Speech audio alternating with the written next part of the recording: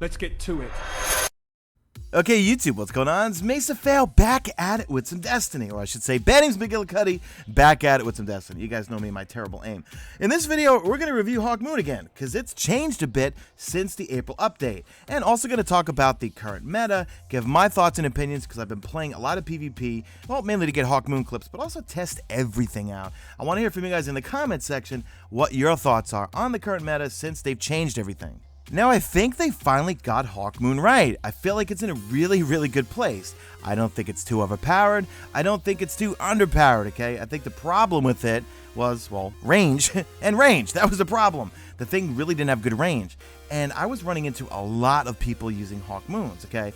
And it does, in my opinion, it rewards the skilled, the ones that have good aim. Now, I, of course, don't have good aim, but I was doing pretty well with it today and having a good time with it. And I just, come on, who can't like the HAWKMOON?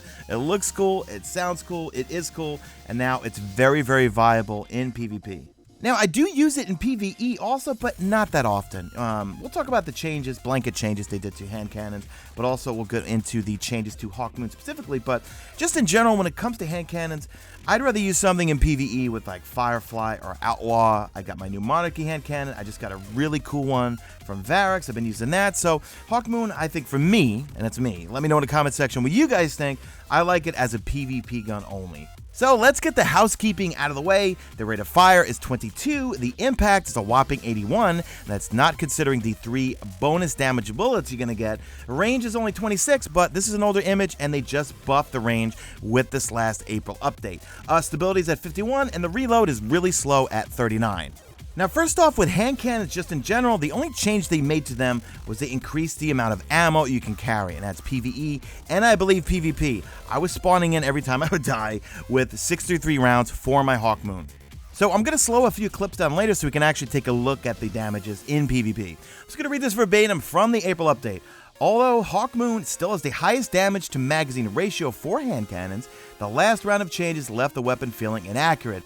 It is getting a range increase to help effective range and accuracy. So all they did was they bumped up the range from 26 to 36. So they added 10 to the range. So let's just revisit the perks real quick. I'll show you how I like to set mine up. I always go with aggressive ballistics, okay? If you go with field choke or especially aggressive ballistics, you lose a bit of range and stability for a tiny bit of impact. It doesn't make a difference, I don't think. You got luck in the chamber, that's that bonus damage round. At the end, you've got holding aces, which is 2 more of those bonus damage rounds. In the middle, you've got hammer forge, that gives you better range and accuracy, quick draw, or speed reload. I would go with hammer forge, okay? You want to try to get this thing as accurate as you can and also with as much range as possible. This weapon is all about range. Try to use some gauntlets that help with the speed reload. Okay, so let's slow down some clips, and these were the criticals I was seeing, okay? Let me know if you see anything different, okay? Criticals, I was seeing 106, 88, and then a whopping 127 in the next clip you'll see in a second here. The 127 was when one of the bonus damage rounds actually procced. Okay, so in this next clip here, one of the shots I get gives me that 127, so that's where luck in the chamber did proc. Now, from the body, I was seeing it all over the place, anywhere between 59s and 71, okay? So you definitely can two-shot people if you can get one of the 3 bonus damage rounds to proc. So overall, I think HAWKMOON is actually in a perfect space. And when I say perfect space, it's not overpowered, it's not underpowered, it's just right. In terms of the meta, let's talk about that a little bit.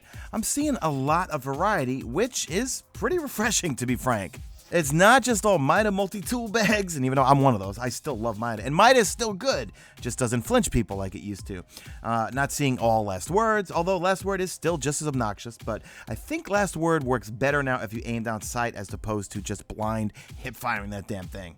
I've been seeing a lot of fusion rifles too. I think they're in a pretty good spot, although I've not tried it myself. I was never good with fusion rifles when they were way overpowered in year 1, but maybe I'll try them again. Shotgun's still the same. Sniping still seems the same. I'm getting hard scoped all the time, especially in Trials of Osiris. This weekend, I felt like every lobby, it was all snipers going to the middle room of Black Shield.